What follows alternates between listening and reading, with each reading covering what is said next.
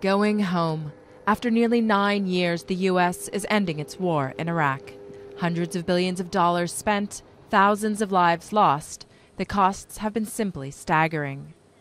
For those who lobbied hard for the ouster of Saddam Hussein, like conservative insider Richard Pearl, the ultimate gains outweigh the pain.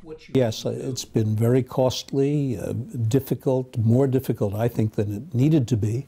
But the end result is good for millions of Iraqis, and I think for the world.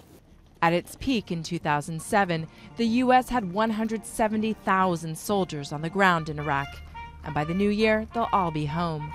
Then the military will need time to rebuild, but experts say it's still ready for a fight if it comes to that.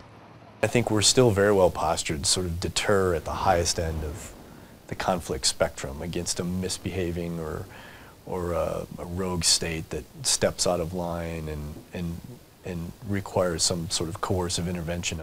Ditto for soft power. U.S. diplomatic influence may have waned during the early years of the Iraq War, but President Obama's popularity abroad and his withdrawal from Iraq now and from Afghanistan by 2014 have won back support.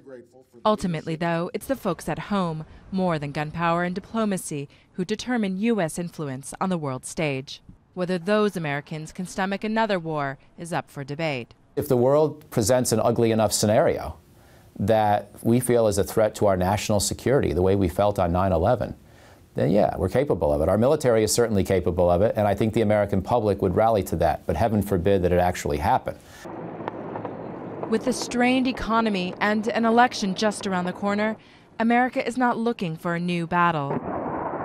After flexing its muscles for more than a decade, it has learned the costs of a long and brutal war.